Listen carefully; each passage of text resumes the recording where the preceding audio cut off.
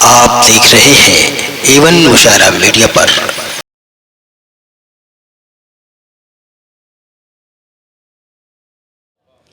दिल खोल कर हंसे न तो आंसू बहाए लो। दिल खोल कर हंसे न तो आंसू बहाए लो।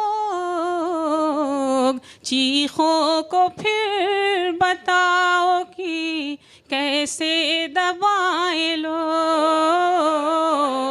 चीखों को फिर बताओ कि कैसे दबाए लोग। आसार जिंदगी ही नहीं। ये जो तंजीम है फ़िराक़ लिटरेरी फाउंडेशन, उसके सरपरस्त हैं डॉक्टर फैज़ुन साहब। ये यहाँ डॉक्टर रहे हैं, आज भी यहाँ हैं, अच्छे इंसान हैं, बहुत लंबी तकरीर लेके बैठे हैं।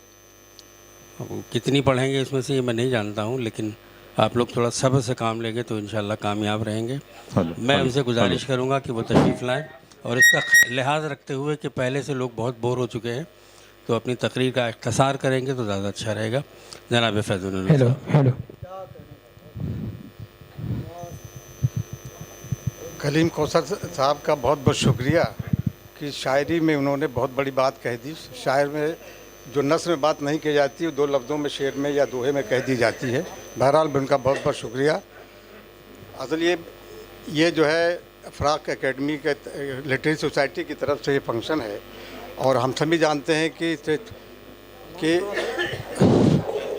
हम मुअज़्ज़ज़ सदर, मेहमान खुसूसी, स्टेज पे बैठे हुए शायर और शायरात, सामने मेरे बैठे हुए बाहर से आए हुए ज़िवकार मेहमान, सबका शुक्रगुज़ार हूँ।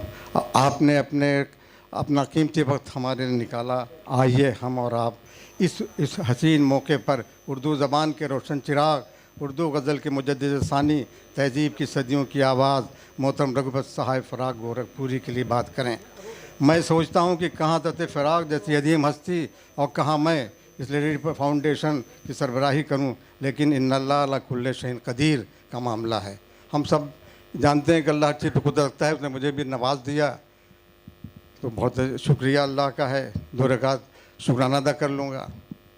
मैं फ़िराक़ साहब को अदबी तौर पर ज़्यादा नहीं जानता, क्योंकि मैं अदबी दुनिया के गलियारों और शायराहों का आदमी नहीं हूँ।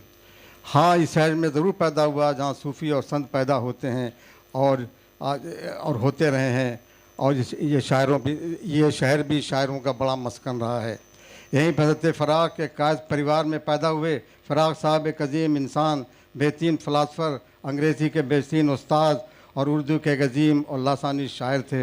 उनको ख़ुद भी अपने बड़े होने का बेहतरीन एहसास था। जिस तरह मीर ने कहा था, जानेगा नहीं शोर मेरे सुखन का हरगिज़, ताहश जहाँ में मेरा दीवान रहेगा।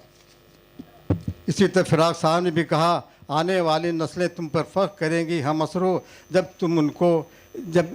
उनको ये ध्यान आएगा कि तुमने फ़िराक़ को देखा है तो फ़िराक़ वो हस्ती है। मेरे दूसरा शेर ये था, मेरे जीते जी सुन लो साज गज़ल के नगमे, और भी शायर आएंगे लेकिन फ़िराक़ कहाँ पाओगे। फ़िराक़ को खुद भी एहसास था कि हमको नहीं मिले हमारा आने वाला कोई नस्ल नहीं है, कोई नहीं आ रहेगा। बहरहाल ला तमुत मिन तमिल्लाह मर्दू कहा गया है कि नफ़ा ये कोई आ भी सकता है। हज़रत फ़िराक़ की आवाज़ में लोच, नरमी और धीमापन है। वही उनकी शायरी में संगीत की भी भीनी भीनी खुशबू मिलती है। उनकी शायरी में तहज़ीब की सदियाँ बोलती हैं। ऐसे लोग सदियों में पैदा होते हैं। मैंने पढ़ा कि किसी ने फ़िराक़ साहब से पूछा कि उर्दू ने हिंदुस्तान को क्या दिया। उनका बेसाख्ता जवाब था, उर्दू ने हिंदुस्तान को शहरियत दी। आप गौर करें कि लफ्ज़ शहरियत में क्या नहीं है, अदबी, रूही, ज़ौक़ी, मारफ़ी के सारे मदारिज इसके अंदर हैं। और आखिर में फ़िराक़ साहब की शेर से अपनी बात ख़त्म करता हूँ। ले सांस भी आहिस्ता कि नाजुक है बहुत काम, आफाक को बिस्कार गही की शीशा गरी। बहुत बहुत शुक्रिया।